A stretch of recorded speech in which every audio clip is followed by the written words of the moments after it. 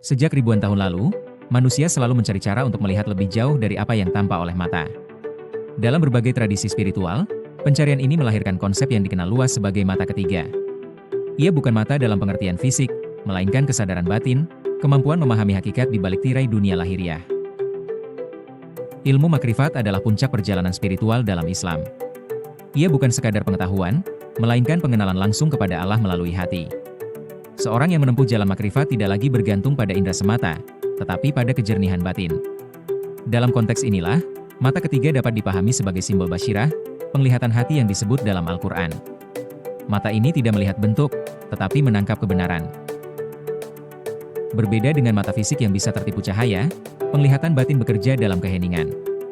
Ia muncul ketika ego dilemahkan, hawa nafsu dikendalikan, dan hati dibersihkan melalui zikir, tafakur, dan mujahadah. Para sufi klasik menegaskan bahwa semakin bersih hati seseorang, semakin terang pula penglihatannya. Bukan untuk melihat makhluk halus demi sensasi, tetapi untuk memahami posisi diri di hadapan Tuhan. Di titik inilah sering terjadi kesalahpahaman. Banyak orang mengejar pembukaan mata ketiga demi kemampuan melihat alam gaib. Dalam Islam, tujuan ini justru dianggap jebakan spiritual. Penglihatan batin tanpa kedewasaan ruhani hanya melahirkan kesombongan dan ketakutan. Makrifat tidak mengajarkan membuka tirai, melainkan siap menerima apapun yang tersingkap. Lalu bagaimana hubungannya dengan konsep Qi dan Prana yang dikenal dalam tradisi Timur? Qi dalam Taoisme dan Prana dalam Hindu-Buddha merujuk pada energi kehidupan yang mengalir dalam tubuh dan alam semesta. Dalam Islam, konsep ini tidak dinamai secara teknis, tetapi keberadaannya diakui melalui istilah ruh, nafas kehidupan, dan energi ciptaan Allah. Saat seseorang berzikir dengan penuh kesadaran, mengatur napas secara alami, dan menenangkan hati, ia sejatinya sedang menyelaraskan diri dengan aliran kehidupan itu. Zikir bukan hanya lantunan lisan, melainkan getaran kesadaran. Dalam kondisi ini, tubuh menjadi tenang, pikiran hening, dan hati terbuka. Banyak ulama tasawuf menjelaskan bahwa ketenangan batin adalah pintu masuk makrifat. Qi dan Prana dapat dipahami sebagai aspek lahiriah dari energi, sementara ruh adalah hakikatnya. Dalam Islam, energi bukan sumber kekuatan mandiri, melainkan ciptaan yang tunduk pada kehendak Allah. Karena itu, latihan spiritual dalam Islam selalu diikat oleh adab, niat, dan tauhid. Tanpa itu, energi hanya menjadi alat, bukan jalan pulang. Mata ketiga dalam kerangka makrifat bukan pusat kekuatan, melainkan titik kesadaran. Ia muncul bukan karena latihan keras semata, tetapi karena anugerah.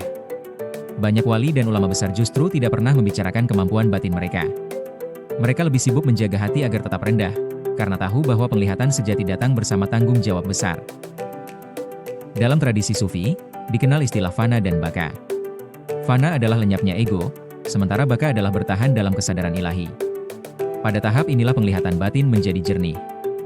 Dunia tidak lagi dilihat sebagai ancaman atau godaan semata, melainkan sebagai tanda-tanda kebesaran Allah. Inilah makna terdalam dari mata ketiga dalam Islam. Qi dan Prana mengajarkan keseimbangan energi. Makrifat mengajarkan penyerahan diri. Ketika keduanya dipahami dengan benar, tidak ada pertentangan. Yang ada hanyalah perbedaan bahasa. Energi mengalir karena izinnya. Kesadaran terbuka karena kehendaknya. Dan manusia hanya diminta menjaga niat agar tidak tersesat oleh cahaya yang belum tentu petunjuk. Pada akhirnya, mata ketiga bukanlah sesuatu yang perlu diburu. Ia hadir sebagai buah, bukan tujuan. Ilmu makrifat mengingatkan bahwa melihat bukanlah segalanya. Yang terpenting adalah siap bertanggung jawab atas apa yang dilihat, dan tetap menundukkan diri di hadapan Yang Maha Melihat.